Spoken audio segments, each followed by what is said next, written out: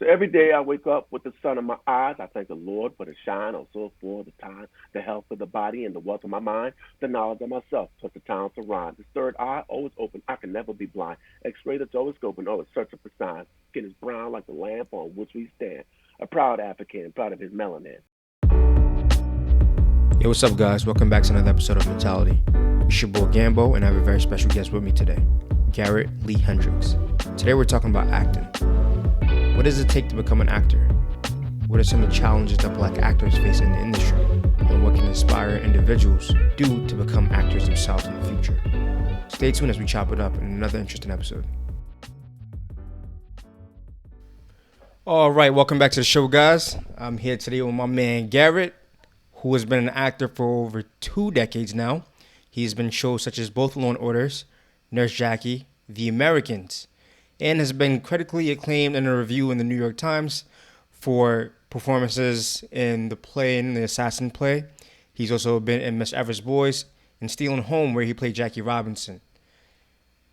Garrett, thank you so much for being here. Today we want to discuss the art of acting, how you got into acting and what it takes, some of the challenges, some of the opportunities. Kind of show us the game a little bit and tell us a little bit more about who you are. Okay, well, thank you for having me. It's an honor to be here. I love talking Absolutely. about the craft, and I love talking with progressive, intelligent young brothers such as yourself that are looking to give something back to the community, to give people guidance and thoughts and such and such. So Okay. let's say your first question, I guess, is how did I get into it? Well, I guess, what made you become an actor and, how did you really get into it? Whew, all right, sit back and I'll tell a tale. So when I was younger, in high school, there was a class I took. It was a class about public speaking, and I was a shyer kid then. And you'll find, interestingly enough, that a lot of actors, a lot of performers, are actually very shy people. Mm. If they get to be the opposite of that, which is what drives them some to perform. I was shy, but in this public speaking class, I wasn't. And I was the guy who did things like memorize my speeches because memorization was easy to me.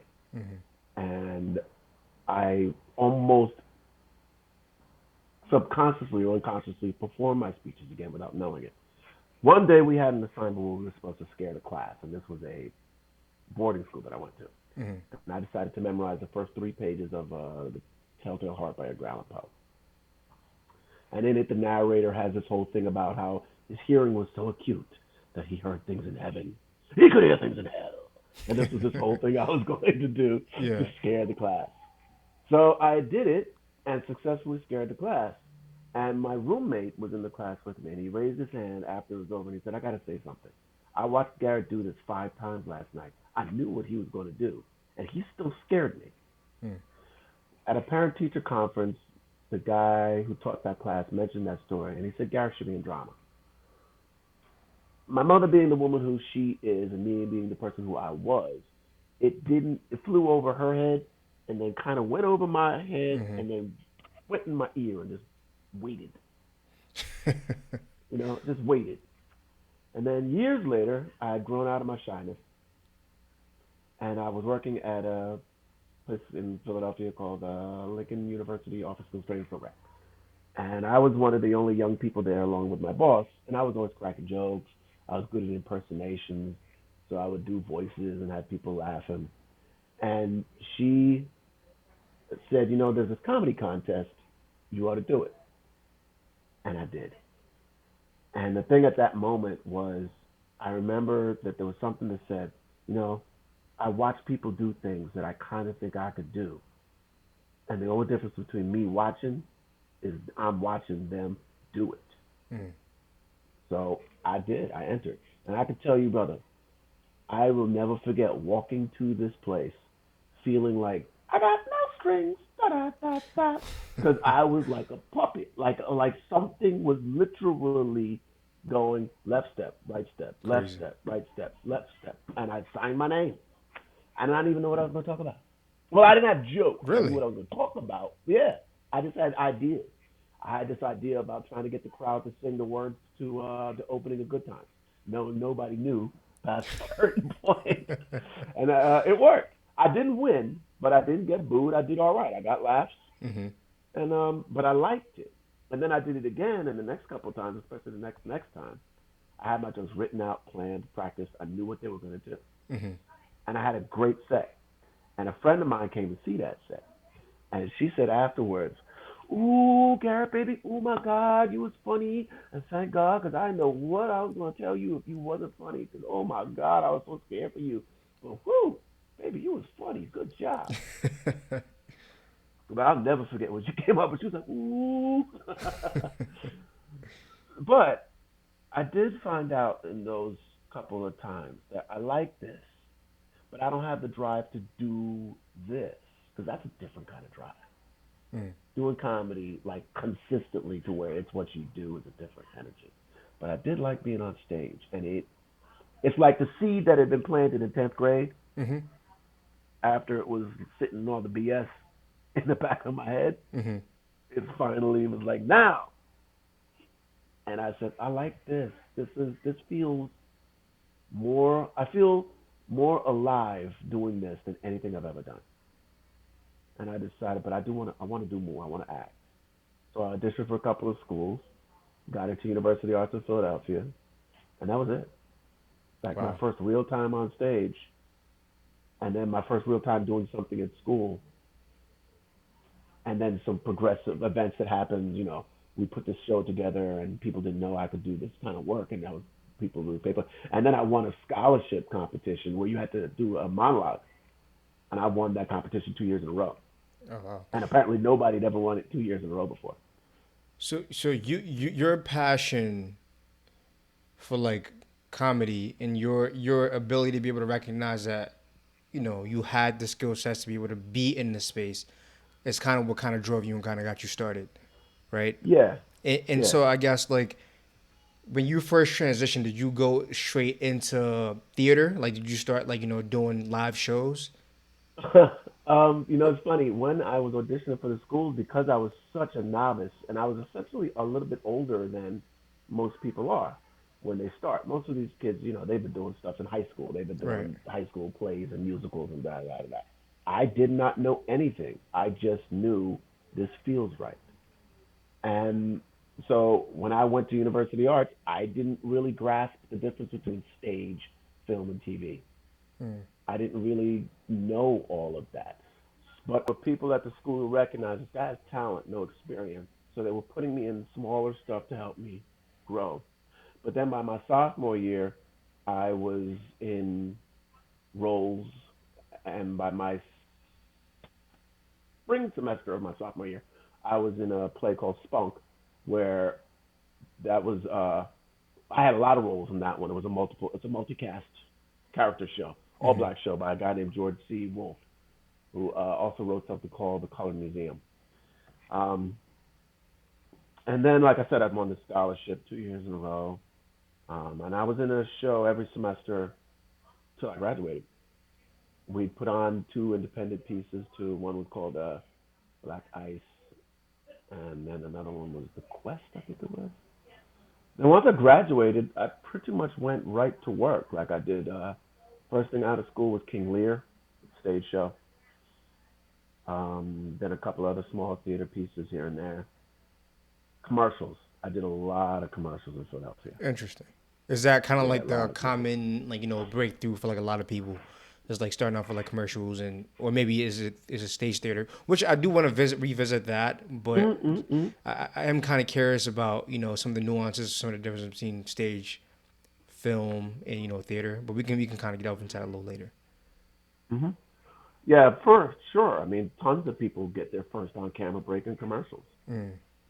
It's the one genre where, not genre, but medium, let's say, where your experience level is not as much of a factor as yet. Mm. Now, it's luck of the draw with commercial. There's definitely people who have skill at doing commercial auditions and therefore they book more. Mm-hmm. But it still boils down to luck of the draw because it's so random. It can be so random, and then the reasons you don't get it can literally be the most ridiculous reasons you could think of. Like what? And like if I'm not, it's not hyperbole when I say It could be because you remind the director of somebody he went to high school with, or it's dead ass, Oh or it shit. could be because they like this girl, so then they pick you with her. But then somebody Mm. doesn't like that girl because it reminds him of his ex girlfriend, Oh my so they goodness. change her. And when they change her, you ain't right for the next one. Mm. It can be so many things. I mean, I guess that's interesting, right? So it's like, can anyone basically kind of audition for a commercial? No. Okay, good to know. Getting in, no. You have to have a commercial agent, Wow. and the commercial, yeah, yeah. It's not impossible, Hmm. but it's so difficult as to make it, you know, because how are you going to find out when, where, and what the commercial is even about Mm. if you don't have someone who's feeding you the information, like when, Right. where, and what is it about, and a time slot. And then nowadays, you can't.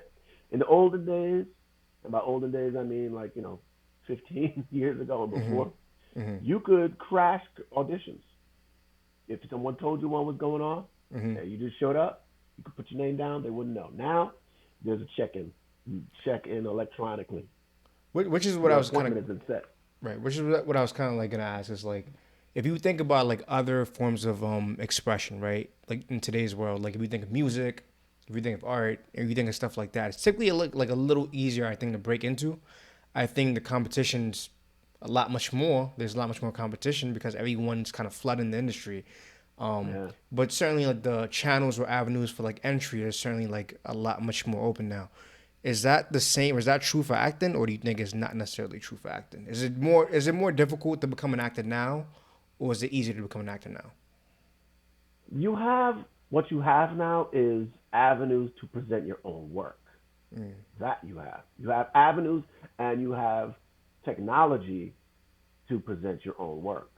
Back in the YouTube. day, oh, not just YouTube, your cell phone. Mm. That you have cell phones that can do quality work, Right. and you have access to editing programs such as Final Cut. Even if you're not good at Final Cut, if you're good with iMovie, Mm-hmm. you can do a solid editing job. The only thing that holds most people back, and this is the thing that most people don't realize, your sound. Mm.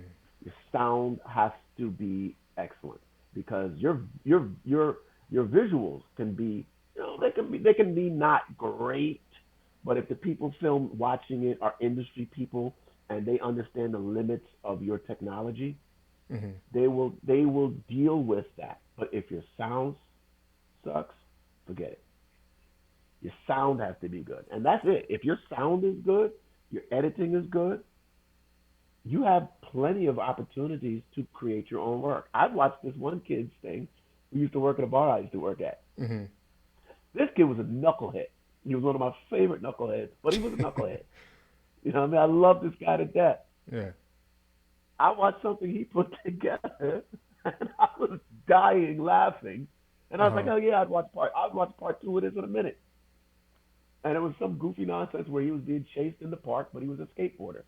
And the way they cut and edited it, he was skating long way down this park, and like he would keep running into stuff, and the person behind him, like the way they cut and edited it, it was very funny, Mm-hmm. and it wasn't crystal clear, but you could hear it well enough, and you could see it well enough, and the editing was well done. I was dying. But see, that's the thing. Like, who do you present to? Even though there's like a lot of opportunity, are you presenting to like the general public in order for them to be able to judge? It's like music, right? If you put out music on, say, Spotify or Hmm. iTunes or whatever the case might be, right? Like people can actually you can kind of gather a following that way. But Can you do that with acting? Can you just put out a video and people gravitate towards it? I mean, I don't know who has quite broke full into the industry doing that per se, Mm. but I do know for sure that people put their own work up, and what might happen is an agent will see it, or a casting director might see it, and that might lead them to an audition, and then from there on, the Mm. avenue to present your own work exists. Everything after that is up to you and fate Mm. and luck, you know. But you create your fate. If you really want to do it, and you're not able to get an agent, but you feel you have the talent and you have the capabilities, meaning the technology, and you're also willing to. I think the thing that people have to really be careful with is the willingness and the drive does not equal the skill and the quality. What do you mean by So, that? well, you can have the drive to do it. You might have somebody who's got a camera. You might have all that stuff. Mm-hmm. But is what you're doing quality? Mm. Is it really quality? Not just because. Look, you see on sometimes girl on Facebook, I'm a designer because she got a sewing machine and a kit. You know what I mean? Right, right. And and this era of Facebook memes and positivity, everything Mm-hmm. where where everything is good because I did it. No, Right. not necessarily. You got to really be having a. You have to be willing to listen to somebody who might know a little bit better than you and really compare it to what is good and say, is what I'm doing at this level? Is it at this level of quality work, meaning story? Because ultimately it boils down to story. Mm. Commercial, different thing, but story. Are you telling the story and telling it well? Not just doing what everybody else is doing, or not just having people on there saying all anything, but Right. something that's really captivating. And it's not even necessarily about it being new, because we all don't have the money to do something necessarily that's new. But Mm. is it good? And are you willing to take the slings and arrows of outrageous fortune? Because you're going to take hits, and you have to be willing to take the hits and get constructive criticism Right. to get better at it. You know, All right. I think an interesting aspect of the rappers who remember when every rapper was an actor. Oh yeah, Remember there that was a that period. phase kind of died out. Yeah. Yeah, Yeah. right. And the reason why so many of them failed is because they didn't approach acting the same way they did their rapping. Mm. Like you can't just pick up a mic and be a rapper. You Right. can't just stand in front of the camera and be an Be an actor. actor. Right. So that's a fair point. I mean, so like, I guess now like taking it back to like you kind of mentioned there's some differences between like theater, stage, film, and TV, like kind of acting. Like, can you kind of like explain like a little bit more now, like what are the differences Mm-hmm. between these? Like, is there like a difference in terms of obviously there's a difference in terms of the way it's consumed by us, but is there a difference for the actor? Like, in what is the Oh, sure. difference? Oh, big, big, big difference. But it boils down to essentially technique. Mm, But I feel if I was to simplify it, I would put it like this: when you're doing stage, you're acting for everybody in the room. When you're doing camera, you're acting for one person, the camera. interesting. So it's like stage, everybody in the room, every ear. I'm acting for every eye and ear. For camera, I'm acting for one eye and one ear, the camera. And that camera, especially when it's a close up, that person who I'm acting for is right next to me. He So is you literally. think about this while you're in the form of acting. You're thinking about that.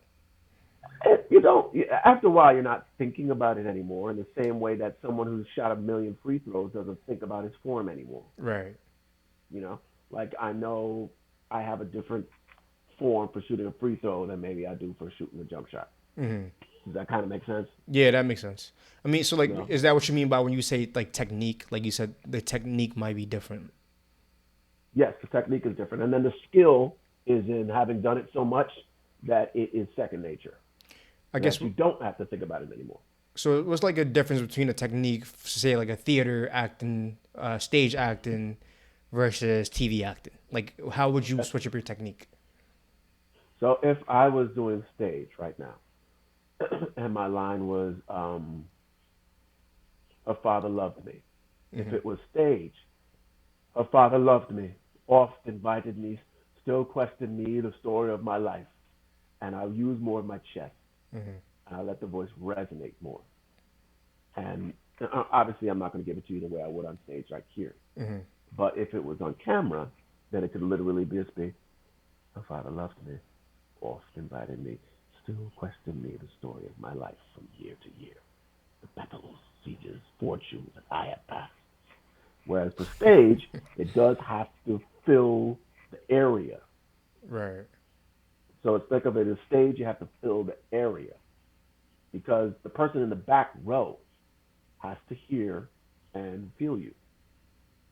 That's But crazy. camera, because the camera's right there, essentially, it's like if the camera is right there, you're yelling Right. when you do that. You know, it's funny that you mentioned that, like, because obviously as consumers, we never think about this stuff. We just know like we're either there to see a live show, and we just want to see your act, or Mm-hmm. we watching a movie, we want to see your act. And I think we were speaking off camera about this, and you off air about this, and you were saying that even for your facial expressions, right? If you're in front of a camera, like the slightest difference, and you kind of demonstrated that for me a little bit. I thought that was crazy. Can you kind of like talk about that like a little bit? So like versus Sure. stage versus like TV and facial expressions and overall Mm-hmm. like demeanor. Mm-hmm. So stage facial expressions is generally not enough Mm, because the stage, the front row, and maybe the first 4 or 5 rows, depending on the theater, can see your face. Once you go far back, a small facial expression is not going to be seen. right. Then it has to be more in your body. So if I'm feeling a certain sadness on stage, it can't just be my face. My shoulders must sag. Mm, My neck must must go down. And if I'm happy, there must be an upness through my spine. mm, On camera, I can be lying in bed and all the camera has to be right. I could be an invalid in camera Mm, and the camera's right there on my face. And I could put all of that on my face because the camera's right there. And so what I was saying to you about the smallest expressions, watch next time, everybody who's listening, watch next time you see someone do a close up and mm, actually really look at their face. See how little of their face is moving, except the mouth, if they're mm, talking. And then notice that if they do so much as look to the left or look down or look up, that says a hell of a lot right. because the camera's right there and every move you make on camera. The camera is called the unblinking eye, and that's literally Interesting. what it is. Right. It's watching you the whole time. Now that doesn't mean you have to be extremely self-conscious in every move. You know what I mean? You Yeah. can't be like, "Oh man, I think I breathed in that time." My nostrils Oh open up. no. Right. Oh man, I think I was breathing. Oh no. but but for certain shots, especially the close up, Right. especially the close up, it is it is a technique that you have to be aware because it is what it is. Hmm. If you are not aware of the fact that the camera is right on your face and every little thing you do right now is being magnified, especially when you think about the fact that we're talking about looking at it on TV. Remember, it's made for the theater, so your face big as hell. That's a good point. That's even more you magnified. You're know? right. Yeah, your face is real big right now. So All right. yeah, if you do that, that's something. Yeah. There's a That's. great movie called Dangerous Liaison. Uh Glenn Close is fantastic, and everybody's great in it. And at the end of it, when everything is falling apart, she has a moment at the very end when she is taking off the mask, so to speak, and with no words, and a close up, with no words, you see this woman break down. Inside her whole world has collapsed, and she is losing everything. Damn. And she's able to do that with her face. That's some expressive ass shit. God damn. Mhm. So Mhm. like, I guess like, and this is like a segue question, but like, do you, like, who's your favorite actor and why? All right, that's an interesting question. Favorite versus greatest might be a better Mm. way of thinking about it. Favorites are, of course, Denzel. Hmm. Um, I really love Gary Oldman and a guy named Sam Rockwell and oh god, I can't believe I can't remember my brother's name right now. He was on Westworld, light skinned brother. He was in Manchurian Candidate with Denzel. I'm blanking on his name, and shame on me. I'm blanking on his name. I'll think of it. All right. I'll think of it. He's a true chameleon, this dude, man. He's just great. But for me, and then early Al Pacino, early De Niro, Hmm. well, yeah, there's a few others. For me, though, the greatest really is Meryl Streep. Really? She's that good? Yeah, she's that good, and I'll tell you why. Because I do like this. Ha, ha, ha. You know who I'm talking about, right? Pacino. It doesn't Oh have to yeah, be a yeah, yeah, good. Ha, yeah, ha, ha, ha. It doesn't have to be a good yeah, Pacino. You know who it is. yeah. If I go, you talking to me? Huh? You talking to me? Doesn't even have to Right, be a good De Niro. You know right. who it is. I'm not good at Denzel, but if I can halfway do Denzel's voice, you know who it is, Hmm. right? There's no Meryl Streep impersonation. Do you know why? Because she's a different damn person every time. Mm. And when I say different person, I mean she's a different person. She has a different mannerisms, different way of speaking, different tone to her voice, different body language, all the time. That's a good point. I mean, I guess I also haven't really seen enough Meryl Streep movies to be able to like That's speak on the that. thing. To be honest with you, Yeah. but I know there's been a lot of comparisons in the media lately with her and Viola Davis, and I'm a huge Viola fan. So like, I'm a huge Viola Davis fan right. too. Hmm. I will say this. She is not as versatile, but she may not have been given that opportunity yet. Mm. That's a good point. That's a fair point. Yeah. I'm sure she is, but she hasn't really been given the opportunity to be in some. I mean, look, Meryl Streep did a movie called Sophie's Choice, Hmm. where she played a Polish woman in World War II. She learned not just Polish dialogue, she learned the freaking language. She Wow. got so good at it that natives thought she was native. Do you hear me? Yeah, that's some gangster shit right there. I can't compete with that. That's That's that's gangster. Yeah. that's like when yo, Yeah, that's different. yeah. They thought she Was one was of them, right? one of them. And then after that, she did a movie called one called Bridges of Madison County, where she was an Italian woman who lived in like the U.S. in the 50s or 60s. I forget what the time period was, Hmm. but she wasn't an Italian American. She was Italian. That's different, Right. because Italian American is hey yo hey Right. forget Right. about it. That's Yeah. Italian American. No, this woman was old school Italian from Italy. And she was her body language, the way her body spoke, not just the accent, Hmm. the way her body spoke. She just had old world, not peasant, but old world, simple Italian woman, which is an entirely different energy from an Italian American.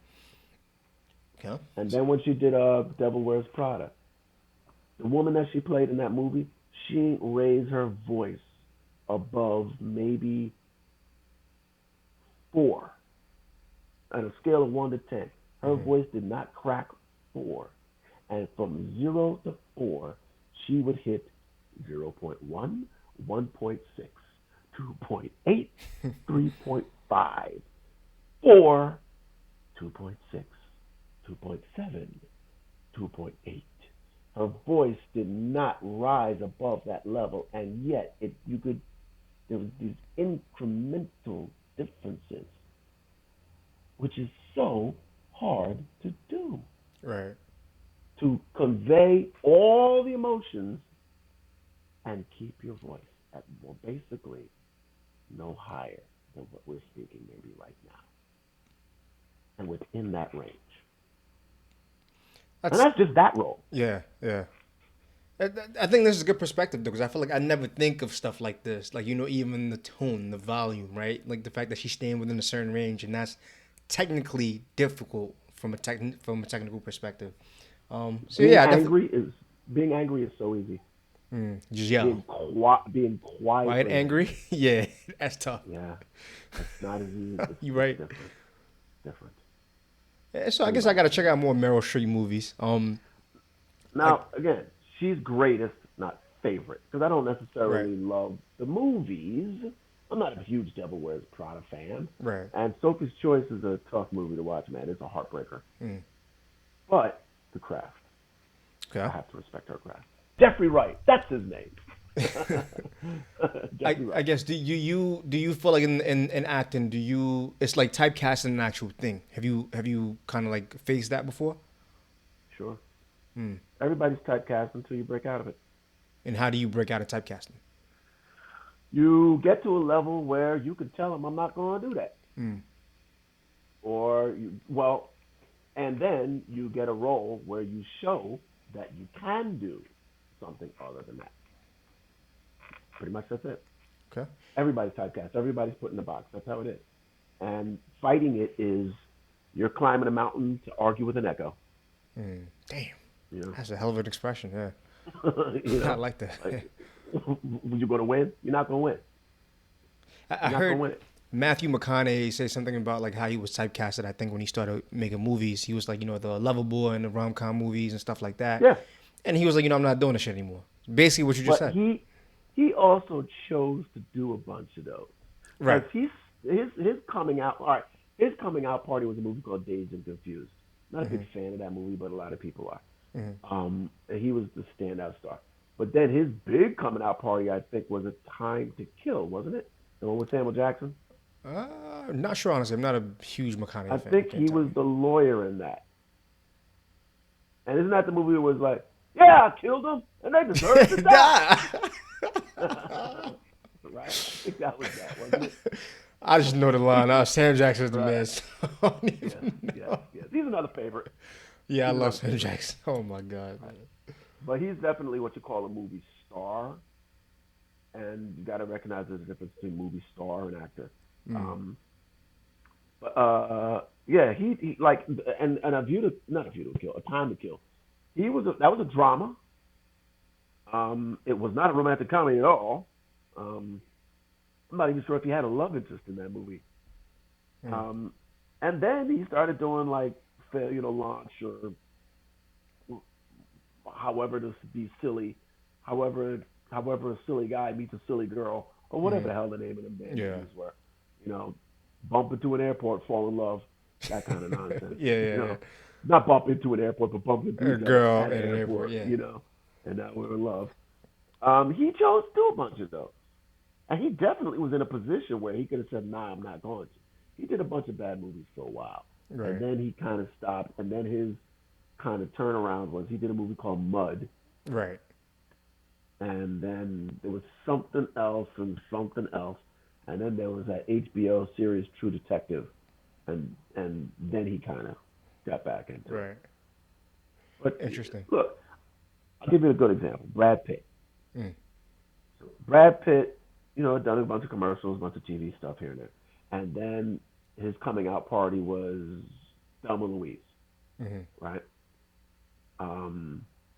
And then I think it was like something else where he was a pretty boy, maybe something else where he was a pretty boy, something. But then in the midst of that trajectory, where he was the pretty boy who was just slaying them, Hmm. he did this movie called 12 Monkeys, which is this strange offbeat sci-fi time story picture with Bruce Willis, Madeline Stowe. It's shot in Philadelphia actually, and he got an Oscar nomination for supporting.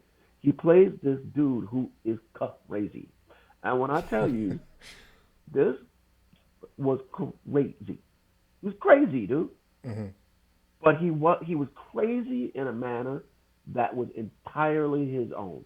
I've never really seen anybody else do crazy like this crazy. It was his, Hmm. and it was fascinating. it was you could not stop watching it because it was genuine at Mm. its core. And I remember when this movie came out too. All these kids in my school, because I was University of Communications, and all these guys who were hating on Brad Pitt, yo, they were like, "Oh, what's he doing? Oh, I could have done that. I could have gone 50-50." And I said, I was like, "Look, you're a liar, number one, because he came up with that, not you. Sure, you could come up with it now after you saw him do it, Right. and number two, if that crazy guy went to school here, ain't not a one of y'all that have the balls to even talk to him. So Mm. shut up, because that dude was off, That's and he was crazy.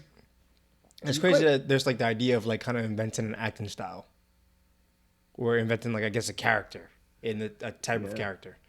Would you say like Heath Ledger the Joker was like a version of that? Well, no, because Heath Ledger's Joker was not at all crazy like Brad Pitt's. No, Not at all. not like crazy like Brad Pitt. I'm saying like you know how you said Brad Pitt in 12 Monkeys kind of came up with like this crazy Yes, character, I see this what you're new saying. style, right? Yes, Like would you say yes, that yes, Heath Ledger's Joker was something that we hadn't seen before? yes, Mm. yes. Now, what people got to recognize is that it's not that it's nobody's ever seen crazy before. It's just we haven't seen that person's crazy. Right. Because we all recognize crazy, but the guy who's crazy at the subway on this stop is different from the other dude who's crazy. Hmm. He just got a different kind of crazy. I saw this dude one time. He got on the bus and he started washing himself with pine salt. Yeah, that's a little crazy. Yeah. All right, that's crazy. He Right. didn't say anything. He didn't say a Right. word, you know. But he was washing down with pine salt. Do you think? And I'm sorry. Go yeah. ahead. No, I mean I'm just saying that Heath Ledger's Joker was Heath Ledger's crazy, but Right. the core of it is that you have to root it in something that is real. Mm. It has to be rooted in something real. It can't just be, ha, look at me, I'm crazy. You know. Right. Which It's kind of like I was gonna ask is like when an actor kind of creates this character, right, or this mhm, version of crazy of themselves. Do you mhm. think that's a testament of the actor, or is that more so a vision of the director or the writer, Well, or I would say it's combination? I don't know. probably a combination. Yeah. Mm. It depends on how much the director is working with the actor. A good director has something in mind and they work on it together, especially if you're playing a character like the Joker, man. Mm. Like you can't just say, "Okay, man, here's a script, come up with something, we'll see you day one." Right. Right. It's too much is riding on that for you to just assume they're going to show up with the right thing. Mm. So generally, in those cases, a good director does work with the actor, and they figure things out. But it starts with way more than the script. Really, the script is kind of the last thing you get into. You Mm. build, you use the script for road marks, like maps. Like, okay, he starts here according to the script. This happens, so we have to get from here to there. Now, the character that we build is what we take from what the story says, and then we create a backstory for him. And you find reasons for him to be this way. What are his thoughts? For the Joker, his basic raison d'etre, his reason for being was chaos. Mm. He enjoyed chaos. Right. And the more that things were out of control, the more that fed him. Right. Um, Jack Nicholson's Joker was different. Jack Nicholson's Joker, I think, was more. It was chaos in a way, but Hmm. it was his version of chaos. I think for him, it was almost vengeance on a world that had screwed him over. I think, because Hmm. he ended up because he Right. ended up getting that He was well, salty, basically. Jack was he was he was salty. salty. Yeah, Yeah, he was he was salty. a Yeah, little salty. Yeah, a little yeah. salty because it wouldn't have happened for him if he hadn't fallen in the vat. We Right. don't know exactly what happened to Heath He Ledger's loved Joker. he We was just don't. crazy. Yeah. Yeah, we don't know. We don't really know his story. But they Interesting. did. I'll tell you that the actor and the director they Mm. did. They Really? knew for sure. Oh, they knew for sure. That's crazy. They just didn't tell you. The script didn't tell you, but they knew Mm. because you can't present such a three-dimensional character where you believe him if you don't know. If there's no Interesting. foundation, the building will fall apart. So you think I guess like the a mission of his origin, which I kind of thought myself was like to just create ambiguity and to kind of make the viewer ponder. But you think the fact that they were able to kind of cast that sort of light on that character, there had to be a known origin for him by the actor. I would say, without a doubt, that Heath knew his truth. You think he made it up, or you think they like thought it and planned it Sure, out? I think between him and Christopher Nolan, Mm. a lot of one of the hallmarks of creating a character is you create a diary for him or a ledger or a ledger or a like a backstory for them. Who their parents were, where did they Mm. go to school, who were some of their best friends, what foods did they like, what clothes did they Interesting. like, what music do they listen to, Damn. do they have a religion, and you know why? Because that's part of people. Right. Like who you have a religion, you have music you like to listen to. If Right. they're telling the story of your life, it doesn't matter whether or not all of those things are going to be talked about or discussed on Mm-hmm. screen. You have to know what they are Right. because and throughout the story, certain elements of the story might touch on those buttons. Right. And when they do, how does it react? Sometimes when they're talking to somebody, if something reminds you of something from your past and you kind of trail off, or something reminds you of something from your past and it pushes the button, Mm. and the person you're talking to has no idea why until you tell them. But for it to be a three-dimensional character, all those as much of those things as you can, Mm-hmm. because realistically, come on, man, you ain't gonna get every damn thing. It's impossible. Right. But as much as you can come up with, there's a number of like you can look them up, like actors, character building a character. There's some lists that'll be as much as 30 or 40 different items. Where did they go to school? What do they like to eat? Mm-hmm. What's their favorite this? Do they have a pet? Are they allergic to things? As much stuff as you can think of. And then you kind of just put all of that in the gumbo and you go. Once you've done the work, you put it in the gumbo, have a bite, off you go. Uh huh. That's pretty interesting. So basically, they're creating like an entire character, like from soup to Mm-hmm. nuts, an entire personality trait, and just kind of creating a human being essentially. That's pretty interesting. Yeah, yeah. You have to Crazy. create a human being. And it's going to depend on the scope of the movie too. I Right. mean, there's some movies where it's not that deep. Mm-hmm. If it's an action film, generally it's not that deep. Mm-hmm. There'll be some flashback as to why he's that way or she's that way. It'll happen halfway through the movie, Mm-hmm. and other than that, bang bang, explosion, walk away in slow motion. Right. Right. Right. you know, Yeah. So obviously, like you're an actor. I would assume that you love acting, and we kind of talked about that a little yeah, bit, right? yeah. Um, I guess like getting into acting. Um, Mhm. how would you prescribe this to like other people like who like have a passion for wanting to act Mhm. but they Mhm. have other things that are pulling them in different directions and they feel like they can't necessarily make ends meet just through acting. You know, I've I was thinking about this actually a lot Mm, before we even started, mm, and you know, you eas- I hate this to sound the way it is, but the people who mean to do it find a way.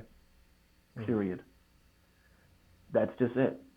I had no reason based on my life before to think that, and there's definitely people who would have known me way before mm, who would have said, "Guy's the last person I would think would do it." Um, but I wanted it bad enough, mm, and I think it become, I run into people all the time, and I think after this last experience with it is the last time I'm going to offer where I would say, "Listen, you have an interest in do it. I love to do it. I love to talk about it. I love to teach. Call me up for the fun of it. We can read a scene." I have zero, and I mean that with every fiber of my being. I'm dead ass. Call me up. We can do one for fun of it. Literally, literally, every single person I've offered it to, not Wow. one has taken me up on it. Not one. Even so far as I've sent people, like, here's a script. All you got to do is just let me know one day. For the fun of it, we can read it over the phone. Not one. That's crazy. Yeah, not one. So you think people just talking to talk? Yep. I think somebody had a saying, or maybe it was everybody wants the fame, they don't want the work. That might have been Kevin Hart. Um, but yeah, I think if you want it bad enough, you will find the way. Mm. You will. But I think if you don't want it, you will find the way to not get it. Because you That's got, fair. if someone is offering you free just to see how you feel about it, Hmm. you don't even want to do that, then you don't want it at all. Like, at all. Now, for those who do are listening and they do want it, well, if you do, you're going to find a way. If you're not sure about how to, classes, take acting classes. Hmm. A lot of people think, oh, I don't need acting classes or no, nobody takes acting classes. Yes, they do. Isn't that Check a the. must though? Don't you kind of have to take acting classes to become an actor? No, you can get lucky. You Mm. can maybe do. It can happen, but you can't count on luck. That's the thing. Right. Right. You can't count on luck. So, is it 1,000 times harder? Yeah, it is. But I think for those people, that was because destiny took that. Destiny had that person. Hmm. That wasn't they chose to do it. That was just somehow they fell into it, Hmm. and it just so happened that they were the right person at the right time. That's all. Yeah. Because that very same thing that person happened to walk into might have been the absolutely wrong thing for them, and they were absolutely wrong for whatever it was, and the people were like, nope, and and that probably has happened Right. where somebody in another capacity would have been a star, but they were the wrong thing. It wasn't for them, and they didn't have the wherewithal to go further. Having said that, yes, take acting classes. There are fairly inexpensive acting classes, and it gives you enough to say, I like this or I don't like it. From there, you'll make contacts. You'll meet other actors. From there, you will make more and more contacts. Backstage is a publication that you can get a delivery or a subscription or online subscription, Hmm. and there you'll see auditions. Now, yeah, when you're submitting for an audition, you got to have a good headshot, and you have to have something of a resume, which you probably don't have. But it's a place to start looking at classes and start making connections, and you get a good picture, and you go for it. Something may happen, something may not, but it's. I feel like you have to start it for it to happen, and it's the starting of it. It's kind of like working out. You have to take that first day and go work out, Right. and everything will proceed afterwards. It's that first day, that first step. Somebody might reply to you, they might not, but at least they might say, hey, thank you for your submission, such and such. You can also, you know what? Let me make it simple for everybody. Take some classes.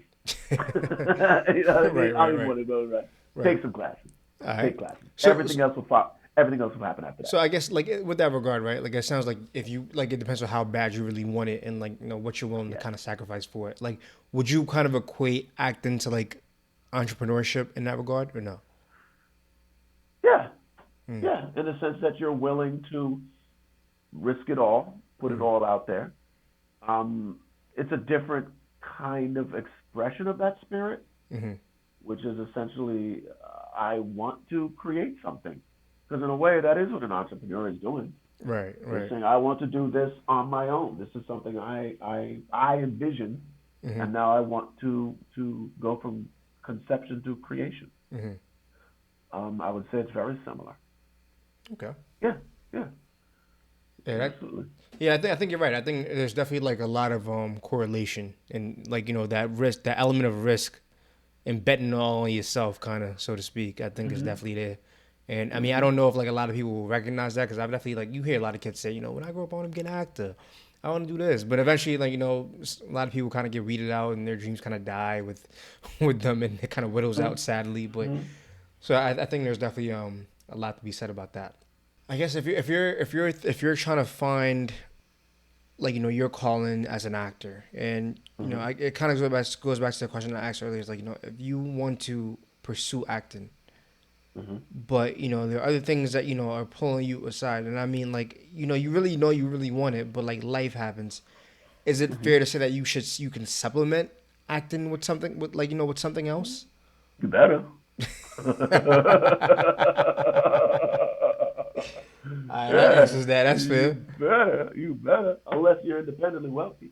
Right. Yeah, there's plenty. I mean, again, if you want it bad enough, you'll find a way. Like, Right. I started doing real estate mainly because I knew it was flexible and it could make me the kind of money that I needed. Mm. And that was basically one of the only careers that I could get that had nothing to do with my degree Right. that could earn me enough money.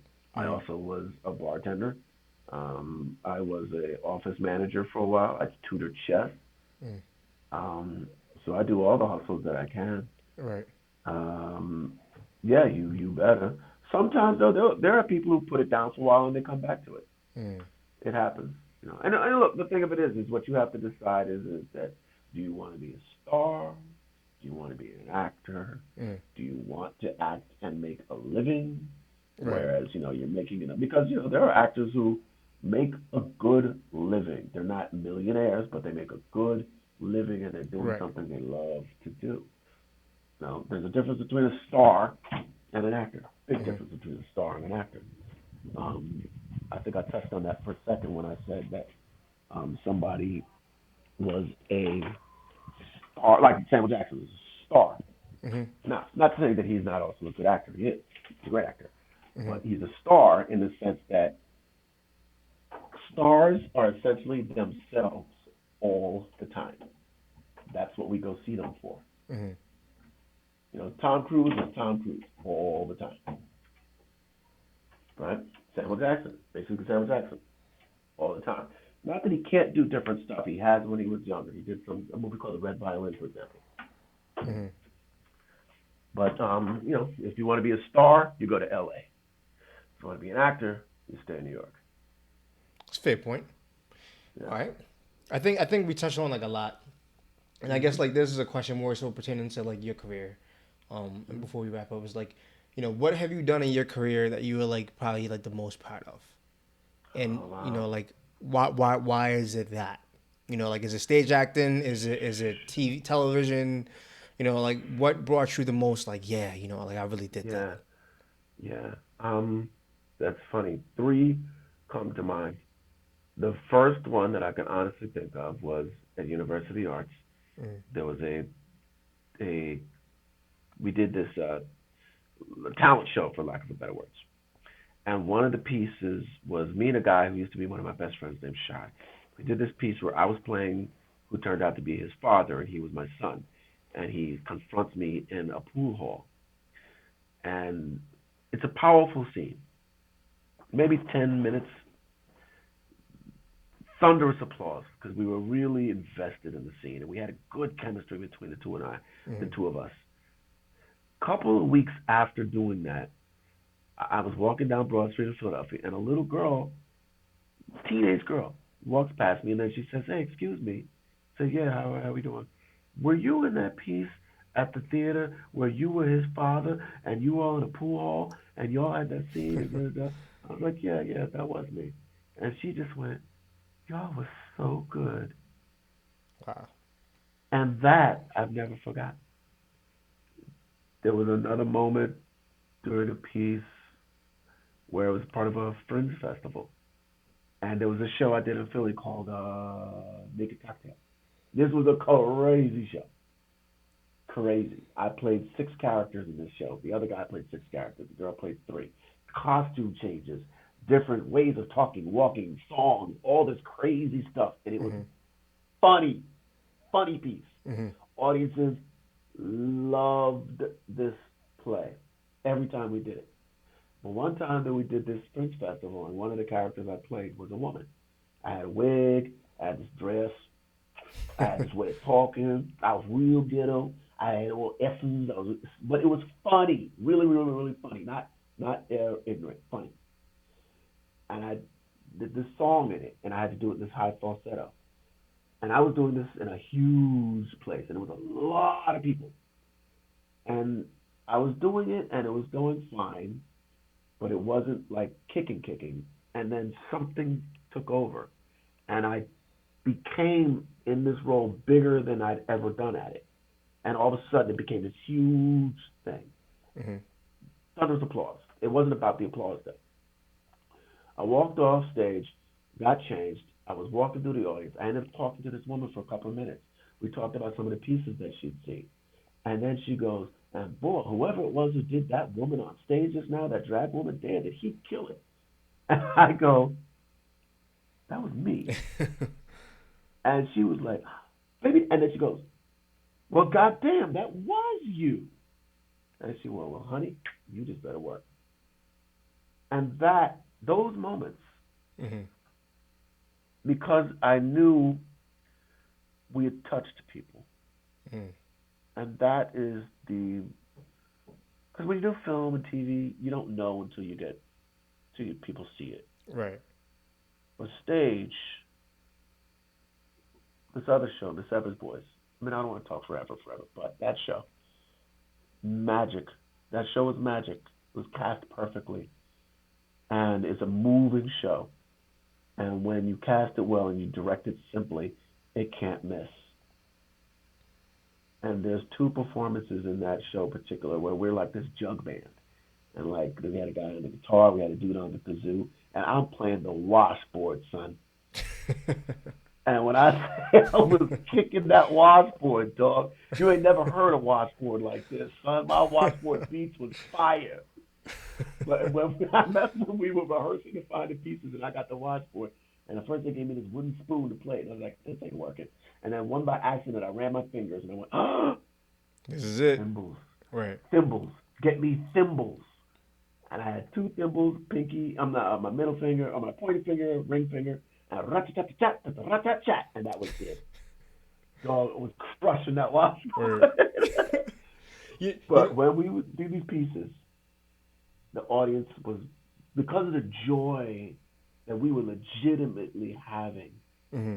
just the audience, when we got done, in the middle of the show, would give us standing ovations for those two pieces every time. Mm. Those are the moments that that make me the proudest. I honestly wanted to ask a closing question right after this, but you said something that I do kind of want to ask quickly on. This is about you Sure. said the second time where you felt that powerful impact was when you played a character wearing a dress. Like there's a I lot never of figured that. speculation, right, about like black men wearing dresses as actors. Like how do you feel about that? And do you really feel like that is an agenda? Like what Okay, is here's the good with thing. that? Here's what I think about that. I Mm, think when Dave Chappelle said it, we kind of just all locked onto it, and we mm, made it a thing because Chappelle said it. mm. Here's the thing: dudes have been in dresses forever. That is White comedy men too, though. cliche. Yes, Robin Williams did it. Miss Doubtfire. That's the only one I Al know. Pacino did. Well, that's the only one you know. Right. Monty Python is an English comedy show. Hmm. They always had dresses on. Jackie Gleason put a dress on for a show. Um, Dustin Hoffman almost won an Oscar for Tootsie wearing Mm, a dress. mm. It is not that always putting black men in dresses. It's actually just comedy cliche. Men in dresses supposed to be funny. There was a TV show called Bosom Buddies. Tom Hanks started on this show, Bosom Buddies. Hmm. You know what Bosom Buddies was? Nope. Him and his best friend couldn't find an apartment anywhere until they dressed up as women, and they got to move into some women's apartment building, and they Okay. were dressed as women every episode. That was the point of the show. All right. So I get what he's kind of saying, but dude, everybody's been putting on dresses. Men been putting on dresses forever. It's Mm. more cliche Okay. than it is only black men. So Because if you really think about it, how many black men can you really think of that had to put on a dress? That had to for something that they didn't want to? I mean, if they didn't want to, I mean, I think only they could speak to that. You know, because I mean, yeah, I feel like you have to be in Shanae, a close circle. But yeah, Shanae, Shanae, that was his choice. He didn't have to put that on. That was his show. do we know that? I mean, I would Martin, that assume was his show. that was He a did show. not have. He did. He was mad. Remember, it says at the beginning, He's, Martin, I'm the man. That I was mean, his yeah, show. but I'm saying like maybe was the idea possibly fed to him, and if that was I the doubt it. case, I you're doubt right. it. Maybe not. I doubt it. Because it was also all black writers on that show. I doubt it. Right. Yeah, I mean, I it's just doubt it's very an highly. interesting thing that I've been only heard Chappelle say it. I've heard a couple other people say it. And I I mean, it's just think like I've heard a lot of other people say it after. after. You're right. You're right. I think you make a good point though. It's like I guess so to your point, like you personally don't have any gripes or any qualms with that. Like you don't. You just see it as a part of the art, and it's been done by everybody. So like I whatever. think it's more cliche Mm, than it is we're going to emasculate another black man. mm, Like, do I think there's a level of emasculation? Sure. Do mm. I think that it's to this degree where they're always trying to? Right. Because if you really think about it, can you give me five where you really felt like they were emasculated this brother by putting him in a dress? No, not really. No. I mean, like dudes who black dudes who've been in dresses, I could think of a few maybe. Martin, Right. obviously. He's And done I, Big Mama. He again, does, Shanae. Got Jamie on Living Color. yeah. Did And Wanda. everybody put on dress. Because Jim Carrey used to play a woman on that show too. Mm. Remember, he used to play the. Was that a woman though? Like that was something Well, else. it was Like, supposed to be. Yes, she was supposed to be a woman. okay. Yes, All she right. was. She was. That was a joke that she was a woman. I mean, Um, it's not. It's not. It's just. Flip Wilson played a character named Geraldine. He was famous for Geraldine, and that was the Flip Wilson show. mm. I feel That was you. his character. Yeah, I feel you. I mean, I I think think it's you make a more. good point. Yeah. Yeah, it's more cliche. It's just a lazy. It's lazy comedy, is what it is. Mm. I think really what he was mad about is this is lazy, Mm. and I think that other part slipped out, and then people just jumped on it without really thinking. Well, here's how I feel about stuff. If you can't give me right off the top of the head at least five examples, then maybe it's not as true as someone says it is. For something to be so prevalent, you should be able to think quickly. Like, Well, people being upset about slave movies. I could think of five slave movies real quick. well, okay, that's a good point, but also it's also dependent on the person you're speaking to, right? Because I might not be the best person to kind of speak on this because I might not be a movie person, right?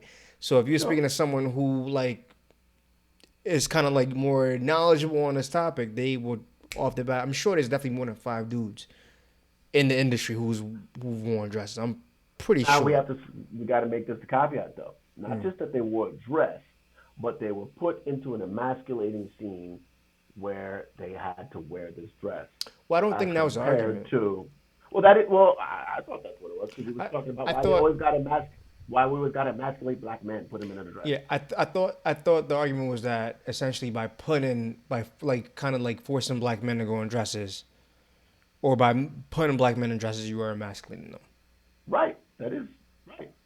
And what I'm saying is that for it to fit the paradigm that he's saying, it would have to be that they were forced into a dress and it's something to emasculate them.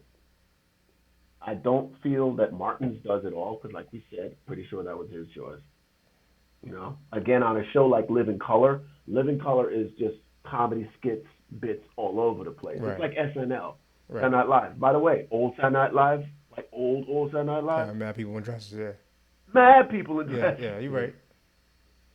I mean, yeah. So Look. that kind of Yeah. I think that's why it's important to kind of get some of that context too from someone who's like an actual actor, right?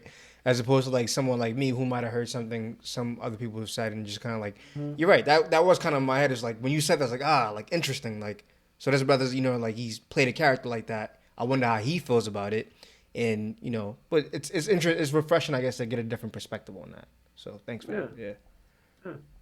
yeah. I mean, again, if someone could present to me enough, I go, okay, well, sure, yeah, you got me. But I can't offer, and I know movies. I know movies and TV shows. I Right. watch them all the time. I watch stuff that I don't like. To learn or like just cause? Yeah, sometimes you learn. Yeah. You learn from everybody. Mm. You know, you learn from everybody. Right. All right, Garrett. So here's the thing. Like for anybody who's listening, right, and like we Hmm. said, and maybe wants to get into acting, if you could quickly like sum up, like steps, and I know you kind of mentioned before, get into acting school, dude. Like what steps would you give somebody who wants to get into acting? Like how should go from point A to Z, so to speak. All right. So school, number one. Number two, what do you mean when you say you want to be an actor? Do you want to be a star? Do you want to be the lead? Do you want to be a character actor? Do you want to be support? You have to decide who am I going to be. Mm. When you look at a film or a TV show, who on that show or in that movie do you feel I could be that person? Not that actor, Mm-hmm. that person, which is the danger in watching movie stars because movie stars a lot of times play themselves. But Mm-hmm. could you play that person in that situation, what they're going through? Do you connect to that? If you feel that, then study roles like that. If you feel there's something about this actor that I resonate, study his or her roles and look at how they're doing what they're doing. Mm-hmm. Start watching movies and TV shows and start really breaking down the structure of what's happening. How was this story told from beginning to end? You have to now watch it as if it's your craft. Mm-hmm. So when they did this specific scene, what were they doing in that scene to make it work? And if you can't figure it out yet, watch it again. And if you can't figure it out yet, watch it again. You can read scripts online. You can go to something called Drew's Scriptorama, but there's other ways, just like How do you find a spell that, script by the way? online. Drew, Drew, script O apostrophe Rama, like Mm-hmm. Drew's Scriptorama. And they have thousands of scripts in there, TV shows, movies. Read a screenplay. Find a movie that you've always liked and read a screenplay because you will learn a lot reading that. You will see it says camera rests on young girl, 25, pretty, restless, la da da da da. Then go watch that scene and see, oh, okay, that's why the camera was on that moment. That's Mm-hmm. why it was laid there. We were supposed to get all that. Do you feel they succeeded? If you feel they did, how? If you feel they didn't, maybe what would you do differently? Mm-hmm. Because the best actors are the ones who can direct themselves because they know what they're doing. Those are ways to help. And then, like I said, I think really again going back to school because then you'll be around professionals Mm-hmm. and you will get techniques and read read books about acting, watch online auditions because you will learn a lot watching people audition. Mm-hmm. You can find auditions of people from stuff that they did before. Like I said, read scripts, read plays if you want to read a play, if you want to do stage. Mm-hmm. Understand the stage really takes a lot of different kind of work. And then if you have people, Facebook has groups where you can find people who are actors, and you can join them. Mm-hmm. Just say, hey, I'm interested in acting. Do you guys mind if I join? Join them. Talk to them. Then you'll have a community. The beautiful thing about New York, the East Coast, everybody, is there's a community, much more of a community than there is in LA. Mm-hmm. The East Coast has a lot of community where people are like, yo, come on, man, you can come chill with us. And the thing of it is again, if you want it, if you build it, it will come. Nobody who is an actor and a craftsman in New York City, nobody is going to turn you away for any other reason other than maybe they don't have the time to. But they will, the good ones will point you in the right direction. Mm. And once you get, and I promise you, if you want it bad enough, yes, those are ways. All right. Guarantee So, it'll so be a step. so it sounds like go to school, learn what kind of actor you want to be, learn different various ways in perfecting your craft. Whether it's like going and reading scripts, or reading Hmm. screenplays, or and Hmm. watching other actors and building your network. I Hmm. guess like at what point do you kind of get an agent? Is that like necessary? Yes. It can be done without an agent, but even if it is, by the time you get to the point where that's happened, you're by the time you get to the point where that's happening, you've done all the stuff that I just said, and Mm. from that point, you will have the answer. By the time you get there, you will have the answer. There are ways to meet agents. It's not as easy as it used to be. Sometimes you have to do these pay for play things where you will pay X amount of money and an agent will watch you do a scene. And if they're interested in you, they will contact you. If not, they're not. And you move on to the next one. Mm. It's another way also to maybe meet casting directors too. But the thing is you don't want to go to these people and spend your money until you honed your craft enough that you pick a scene that's good for you and you know how to nail it. Right. Because you got to know how to nail it. It's almost like they come to you as opposed to you like kind of going to them No, without that's like you. knowing your shit. Yeah. No, that's you going to them. Oh, okay. Like I'm saying, you can pay for these events. It'll be at reputable places. There's Actors Green Room. There's One-on-One in New York City. There's Actors Connection. Those are the top three. But I'm And saying, depending on the age, go ahead. I'm saying, like, I guess they also have to feel like a sense of like comfort and a sense of like they have to believe in what you're doing, right? You can't just be like, hey, I'm looking for an agent, I got bread. Like, it has to be like, Yeah, no. you probably kind of good, so I believe in you, right? Yeah, you gotta have Okay, yeah. something to offer. Know who you are too, because you Mm, do have to deal with the fact that you are going to be a type when you first get started, mm, because that's the way they can market you. You have to know your type and be strong in it. Like I said, that comes back to looking at the roles that you see on TV and the people that you see on TV, and you say, "I feel I could play that person."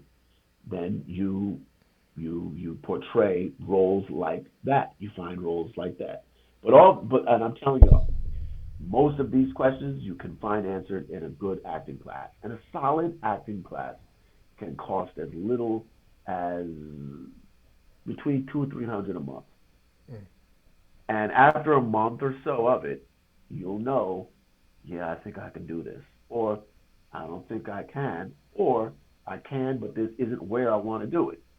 But you'll make connections and you'll further yourself in your craft. Facebook is another good opportunity for you to connect with people where it won't cost you anything, and you might be able to reach out to somebody like me who would say, "Sure, I'll give you 20 minutes. I'll read Mm-hmm. something with you for 20 minutes, no problem." There are other people like that out there. Mm. It's just you have to have the guts to just do it. Right. Yo, really appreciate you, Garrett. I guess like real quick before we dip out, can people reach out to you, and if they can, where can they reach out to you and see some of your stuff? Sure. So I'm Hendricks Garrett on Instagram. So it's HENDRICKS Garrett. Mm-hmm. Put a lot of work into coming up with that name. Facebook is Garrett Lee Hendricks, and I forget who I am on Twitter. I don't even use Twitter like that. All right, Garrett. Look, really appreciate you, brother. Thank you so much for being on. It's really been a pleasure and refreshing to kind of hear your perspective, going through your journey, your experience, and also like learning a lot about acting and some of the challenges and some of the opportunities that lie within that world. And also even just the technical aspects of it. So thank you so much for being here, man. And until next time, y'all can catch us out on Instagram, Mentality Radio. Y'all can check us out on Spotify and Apple Podcasts, wherever you listen to your podcasts on. And until next time, we'll catch y'all later. Deuces.